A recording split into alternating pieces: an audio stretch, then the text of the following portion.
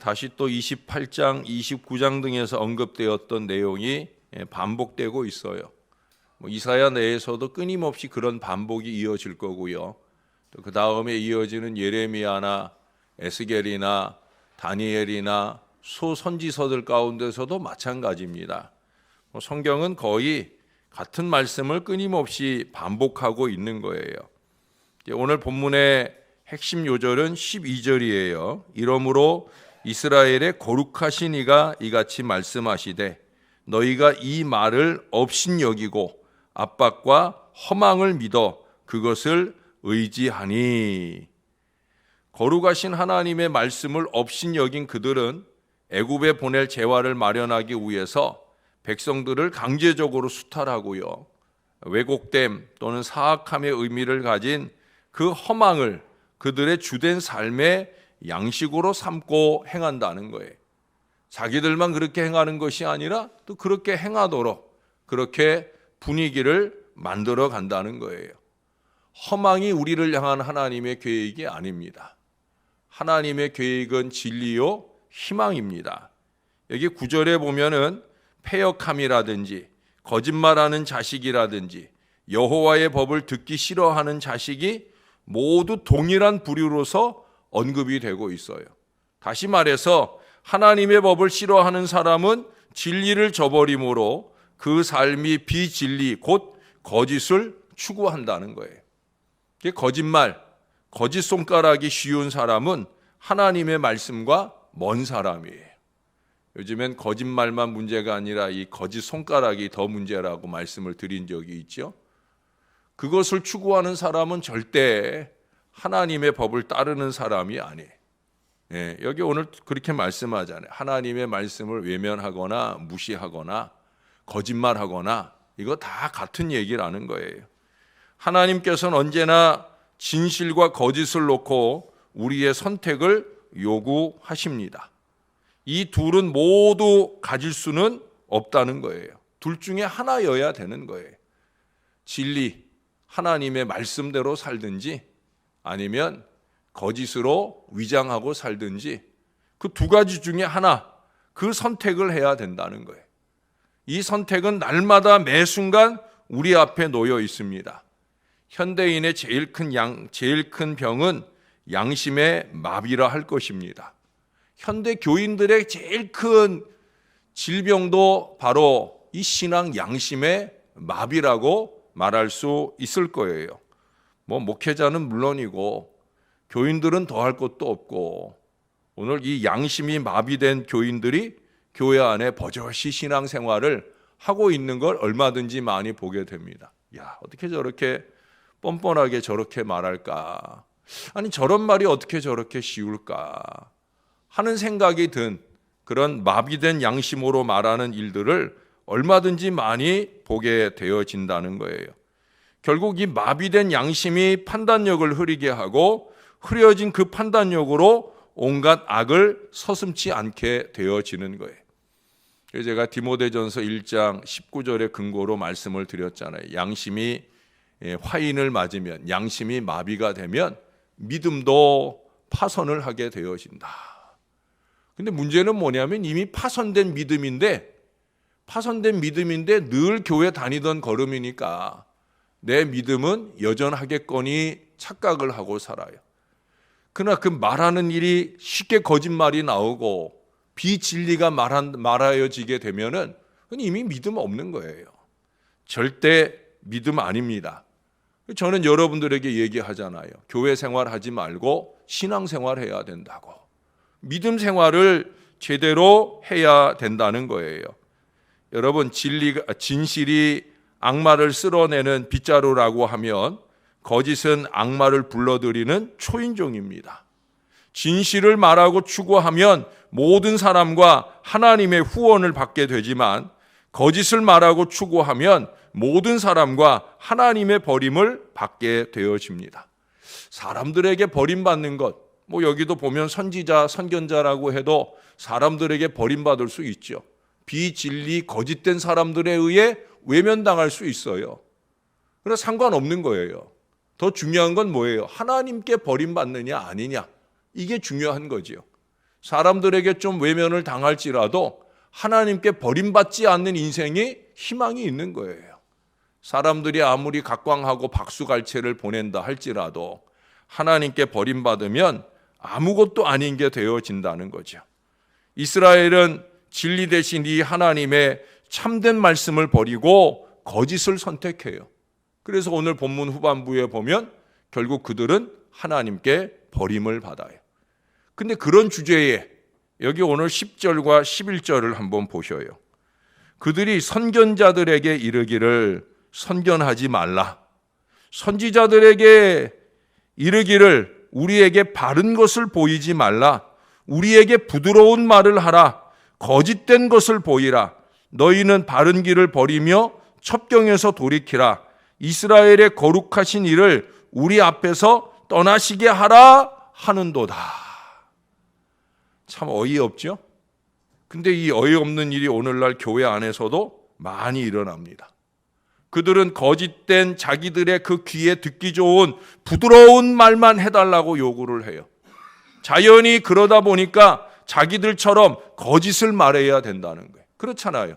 하나님의 말씀은 그거 아니다라고 얘기하는데 목사님 아니다라고 얘기하지 말고 그렇다라고 얘기해 주세요. 그럼 거짓말 하라는 거잖아요. 하나님의 말씀이 들려주시는 바를 목회자가 말할 수 있어야 진리가 선포되는 건데 그러지 말라는 거예요. 왜 그래요? 자기들도 자기들이 거짓인 것을 안다는 거죠. 자기들도 자기들이 잘못 산다는 걸 안다는 거예요. 그러니까 찔리는 말씀이 싫은 거예요. 그래서 찔리면 회개해야 되는데 회개하는 것보다는 말씀을 바꿔주세요라고 요구하는 참 어리석고 파렴치한 일들을 서슴없이 한다는 거예요. 여러분은 이 10절 11절이 제대로 잘 들려지십니까? 야, 이 사람들 말 참 잘했네 라고 생각되십니까? 아니 뭐 이런 사람들이 있어라고 생각이 되십니까? 건강한 신앙이라면 후자일 거예요. 그들은 그렇게 스스로 하나님을 자신들의 삶의 중심에서 몰아내는 그 어리석음을 서슴지 않고 있다는 거예요. 오늘날에도 교역자들이 참된 하나님의 선지자로서 세례 요한같이 주의 길을 예비하는 참된 회개의 선포를 강력하고 자신 있게 하지 못하는 것은 교인들이 오늘 여기 10절 11절과 같은 이런 요구를 하기 때문에 그래요. 부드러운 말, 듣기 좋은 말, 부담 없이 들을 수 있는 그런 말들만을 선호하게 되어집니다. 물론 뭐 좋은 말만 한다고 하면 하는 사람도 좋고 듣는 사람도 좋을 거예요. 그러나 그런 가운데 자칫 잘못하면 하나님의 이 정로를 벗어날 가능성이 있다는 거죠. 잘못된 길을 가게 되어지게 만들 수 있다는 거예요. 여러분, 자기 자식이 잘못된 길로 가는 걸 그냥 그대로 내버려 두고 보는. 근데 실제로 그렇거든요. 자식들이 하나님의 길로 가도록 부모들이 제대로 가르쳐야 되는데 요즘 그렇게 하지 않아요. 하나님 앞에 바로 살아야 하나님이 주시는 복을 누릴 수 있다라는 걸 말해야 되는데 그러지 않아요. 그런 부모로서 살다 보니까 목사도 그런 부모가 되기를 원하는 경우들이 많이 있다는 거예요. 여러분, 설교는 좋은 말을 하는 게 아니라 바른 말을 하는 거예요. 잊지 마셔요, 여러분. 설교는 좋은 말을 하는 것이 아니라 바른 말, 진리, 바로 그것을 선포하는 것이 하나님의 말씀이라는 거예요. 학창시절에 간혹 선생님들의 조남을 함부로 불러제끼는 그런 친구들이 있곤 했잖아요. 특히 자습을 하거나 그러다가 주번 선생님이나 또는 담임 선생님이나 이렇게 나타나면 아이들이 그러잖아요. 아무개 온다. 아무개 선생님 오신다. 그런 아이들 거의 없어요. 그런 말을 빨리 전하려면 말도 줄여야 되니까 아무개 온다. 그러면서 이름을 불러제끼는 경우가 간혹 있어요. 근데 이름을 부르는 건 그래도 다행인 거예요. 별명을 부르는 경우가 있죠. 제가 고등학교 3학년 때 저를 담임해 주셨던 선생님 함자는 정영재 선생님이셔요. 정영재 선생님이다 보니까 아이들이 이 선생님의 별명을 뭐라고 불렀겠어요? 영재의 반대인 둔재라고. 선생님 별명이 둔재였어요. 그러니까 한 번은 자습 시간에 몹시 웅성거리고 있는데 제일 키가 작은, 옛날에는 이제 키 순서대로 번호를 매기잖아요. 제일 키가 작은 1번 아이가 앞문을 확 열고 들어오면서 둔재 온다 둔재 그랬어요. 그러니까 조용해집니다. 이 아이는 늘 열등감이 있었거든요. 그럼 뭐예요? 아이들이 자기 말을 늘 무시하는 거예요. 근데 그 문을 열고 둔재 온다 둔재 그러면 아이들이 자기 말을 듣고 조용해지는 거예요. 이게 재밌었어요. 이게 너무 재밌는 거예요. 재밌으니까 자주 하게 되는 거예요. 그래서 틈만 나면 문 확 열고 둔재 온다 이 말을 계속 하는 거예요. 근데 어느 날도 이 아이가 문을 확 열면서 둔재 온다 그러는데 우리들 모두가 다 웃음 반 안타까운 반으로 그를 쳐다보고 있었어요. 왜 그랬을까요? 저 뒷자리에서 선생님께서 그 아이의 눈에는 조용해진 교실에서 선생님이 자기를 이렇게 부르고 계시는 그런 모습을 보게 되었기 때문에 그래요. 그날 그 친구는 선생님의 조남을 망령되이 불러제낀 죄와 거짓말을 한 죄까지 더해져서 우리의 대성물이 되는 처참한 시간을 지냈던 기억이 지금도 수십 년이 지났는데도 선명하게 납니다. 하나님의 말씀을 저버리고 거짓을 추구하는 오늘 이스라엘에 대한 이 하나님의 처벌이 14절에 비유의 말씀을 통해서 언급이 되어집니다. 얼마 전에도 토기장의 얘기, 질그릇을 깨트리는 얘기를 하셨는데 오늘 다시 한번 말씀하시죠. 토기장이가 그릇을 깨트림같이 그렇게 이스라엘을 깨트려 버리겠다. 간혹 우리가 TV를 통해 소개되는 장면 속에서 그 잘못 구워진 토기들을 미련 없이 깨버리는 그런 도공들의 모습을 보곤 합니다. 그것도 상당한 그 과정을 통해서 완전히 그릇의 모양이 갖춰진 거예요. 근데도 이렇게 들여다보다가 그냥 내팽개쳐서 깨트려 버리는 거예요.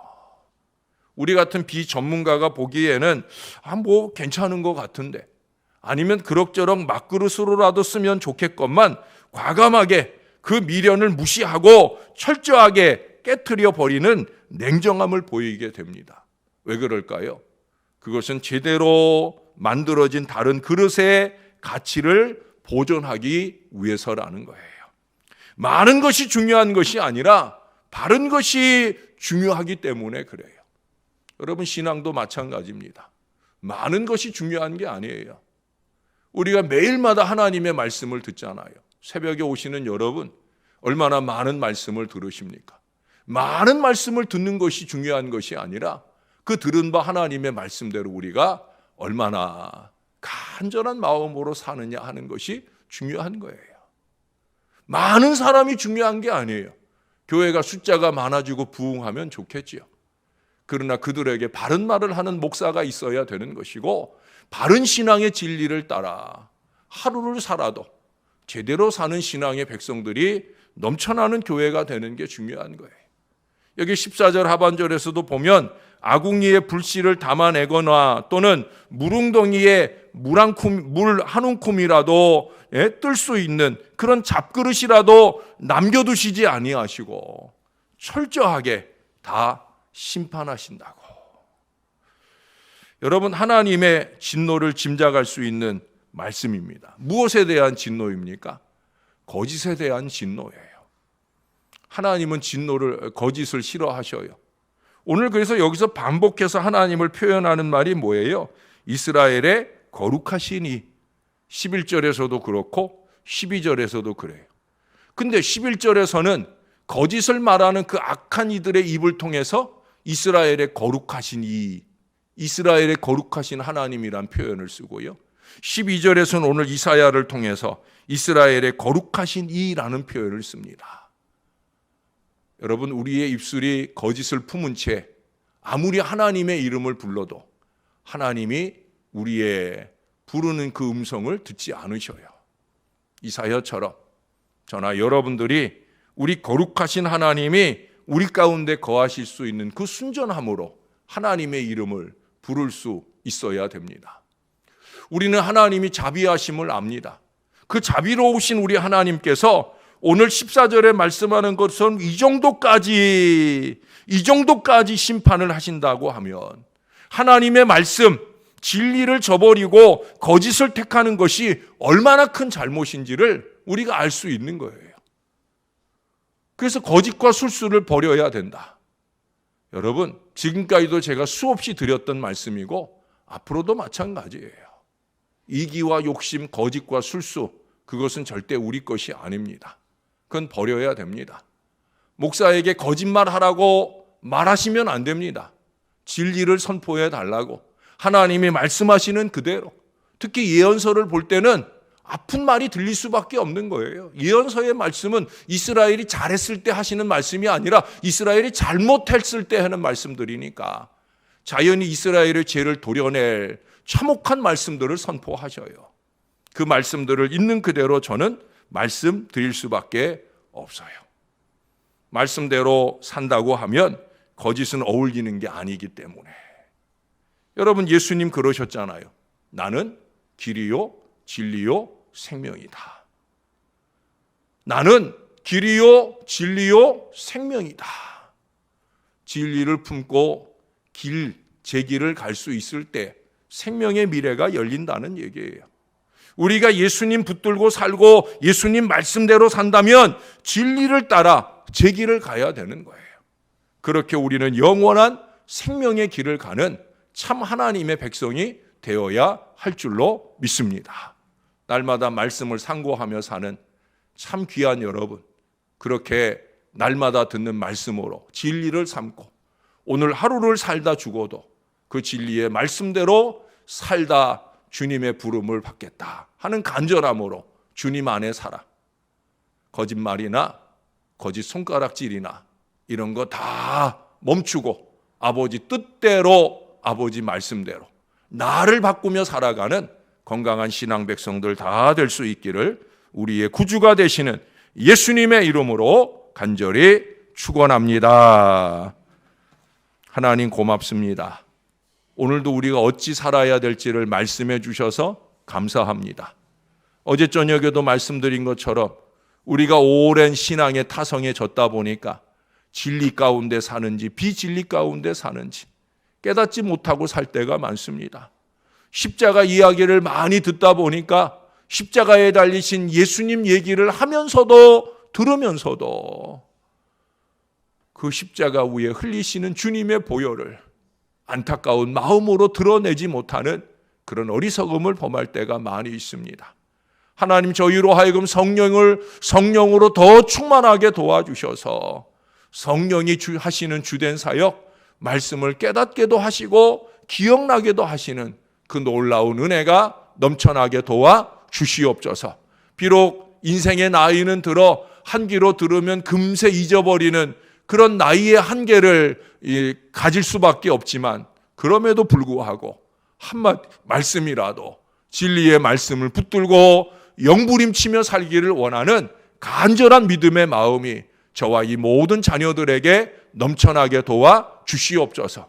하나님의 말씀은 무시하고 살면서 목사를 통해 주는 진리의 신앙생활은 무시하고 살면서 요구 많은 어리석은 인생, 비판 많은 어리석은 인생을 절대 살지 않도록, 그보다 더 거짓과 술수로 사는 어리석은 인생을 살지 않도록 주님 정신 차리게 하여 주옵소서.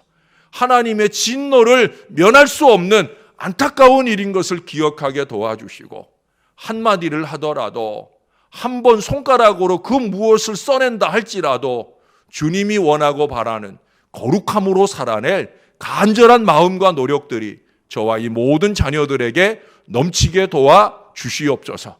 하나님, 부족한 종에게 진리를 보여주옵소서. 진리를 담대히 말할 능력과 은혜를 부어 주옵소서. 사랑하는 우리 성도들과 진리를 교통하며 거짓된 이 세상 가운데 진리의 빛을 드러내는 우리 신월 제일교회 되도록 은혜를 베풀어 주시옵소서. 내일도 거룩한 주일, 이제는 주의 백성들이 교회에 오는 습관을 좀 찾아가게 도와주시고 주님의 존전에 모여와 예배하는 거룩한 백성들로 우뚝 서는 역사가 나타나게 은혜를 더하여 주시옵소서. 직장에도 가지 않습니까? 여기저기 식당에도 가고 음식도 먹고 그러지 않습니까? 근데 교회는 못 오는 이 불합리한 어리석음들을 벗어던지고 주님의 존전에와 예배하며 영광 돌릴 은혜가 이제는 좀 회복되어져 갈 수 있게 은혜를 더하여 주옵소서. 주님을 기쁘시게 이 한마음으로 주 앞에 행하는 거룩하고 담대한 주의 신앙자들 다 되게 은혜를 베풀어 주시옵소서. 속히 교회의 교회됨이 회복되게 도와주시고 이 땅에 사는 모든 백성들이 각자의 삶의 자리가 온전하게 회복되는 은혜가 나타나도록 하나님 속히 코로나19의 모든 악한 것들이 떠나가도록 역사를 더하여 주시옵소서. 감사합니다. 예수님 이름으로 기도합니다. 아멘.